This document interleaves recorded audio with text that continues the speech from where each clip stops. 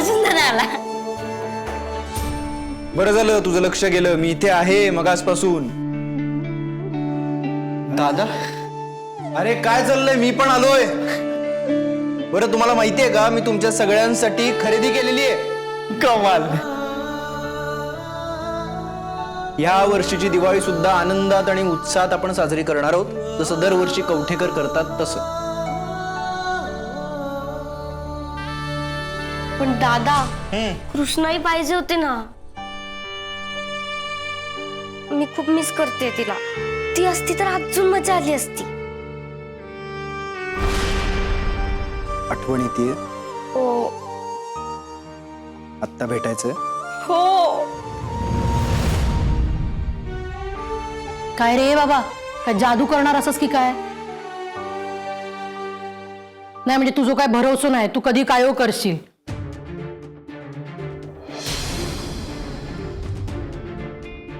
नाही मामी, पण मी विचार करत होतो की दिवाळी निमित्त कृष्णाईला घरी घेऊन यायचं म्हणून.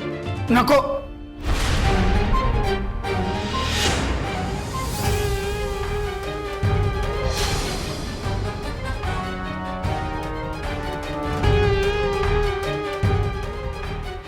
अरे असं का करताय दोघे? आत्ताच तर गेली आहे ना ती. आणि तिची ट्रीटमेंट जास्त महत्वाची. तिची ट्रीटमेंट अशी अर्धवट ठेवून तिला इथं आणायचंय का आपण? नाही ना. अरे प्रत्येक दिवाळीला ती आपल्या सोबत असतेच ना. एखादी दिवाळी घरची चुकली तर काय एवढा मोठा फरक पडणार आहे? तिचं ठणठणीत बरं होणं महत्वाचं आहे की नाही आपल्यासाठी. पुढच्या वर्षी ती असणारच आहे आपल्या सोबत. पण सध्या तिची ट्रीटमेंट जास्त महत्वाची असं मला तरी वाटतं. नाही नाही, विद्याधर म्हणतात तर बरोबर हा. ती काही यावर्षी नको आणूया. बरं बरं पटलंय काय. हा चल चल चल. ए पंक्या, अरे, ये रे बघू काय आणलंय दे ना मला. अरे काय चाललंय तुमचं? ये रे दादा. प्रिया,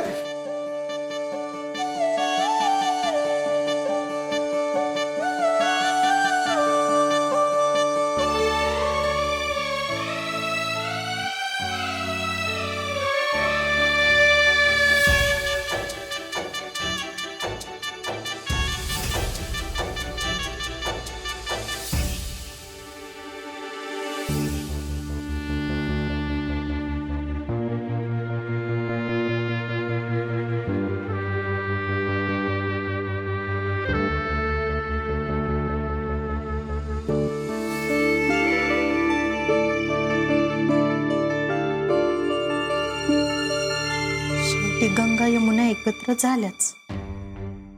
वाटलं होतं या वर्षी तरी बॉम्ब फुटेल, पण कसलं काय, फुसका फटाकाच निघाला. शेवटी आपलीच झाली. अच्छा.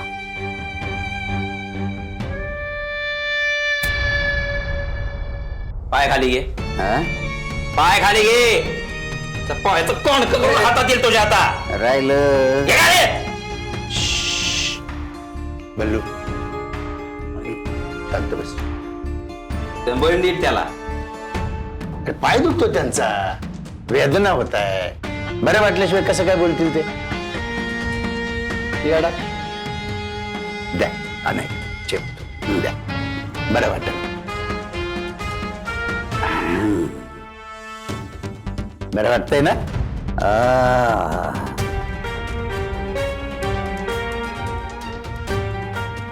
अगे हे पिंट्या, बघितलं का? अशी सेवा करावी लागते, तेव्हा देव प्रसन्न होतो आणि मेवा भेटतो. तू आज थांबवू नको. चाल दे.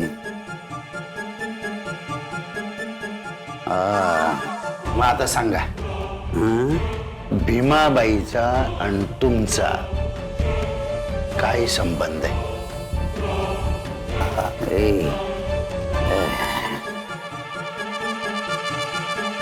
अरे येडा का कुळा तू? अरे भीमाबाई लय मोठी बाई, खानदानी बाई. आणि म्या अरे येड्या, त्यांचा आणि माझा काय संबंध? काय बोलतो तू? हा पण मग त्यांच्या खोलीत तुमचा कागद कसा काय आला? हा हा हा कागद आला कारण हे भीमाबाई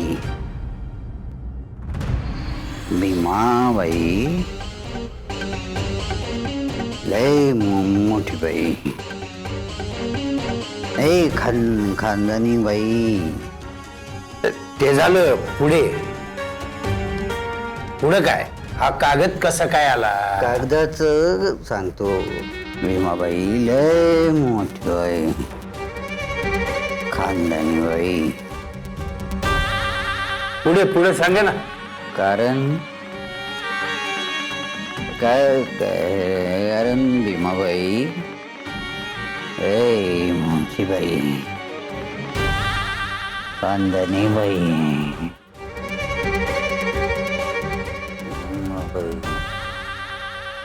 हो हो ए भीमाबाई. अरे बोल की. ए कमळ्या ये आपलंच खाल्लं पिल्लन गेले ढगात. तुझ्याकडून पाय पण चिपून घेतलं. महाराजाला काय माहित नाही, उगाच गांडावतंय आपल्याला ते.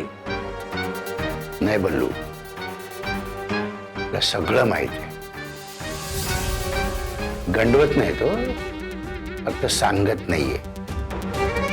मगाशी मी त्याला तो पेपर दाखवला ना, मग त्याचे डोळे बोलले. तो काय म्हटलं ऐकलं ना तू? उगाच कशाला जुने मुडदे उखाडताय म्हणून.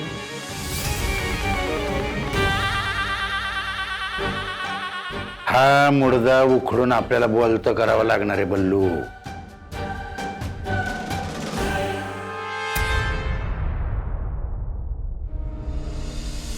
अर्जुन, काय झालं तुम्हाला असं अचानक आत का बोलवलं? बोलायचंय. मग तिथे पण बोलू शकला असतं की. काय आहे, खाजगी गोष्टी मला तुझ्यासारख्या चव्हाट्यावर नाही आणतात. काय झालं अर्जुन? काय बोलायचं? नाही बोलायचं नाहीये, सांगायचं. या दिवाळीत तू इथे थांबायचं नाहीस.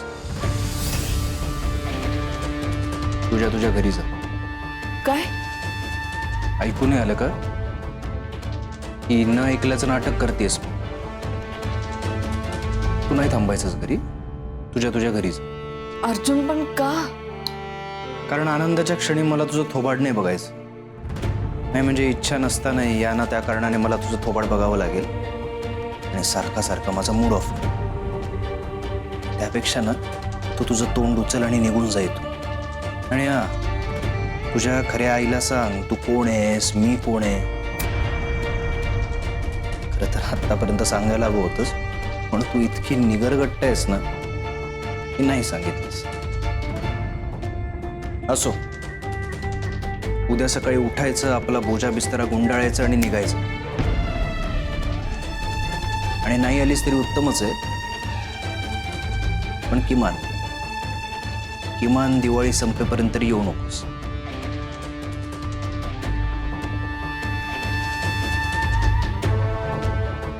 ठीक आहे,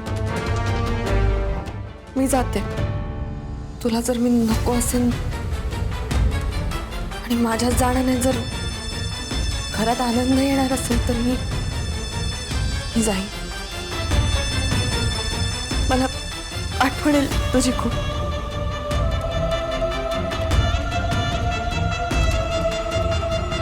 पण मी तुझा शब्द पडू देणार नाही अर्जुन. दिवाळी संपेपर्यंत माझ्या मदर माऊलीला सगळं खरं सांग.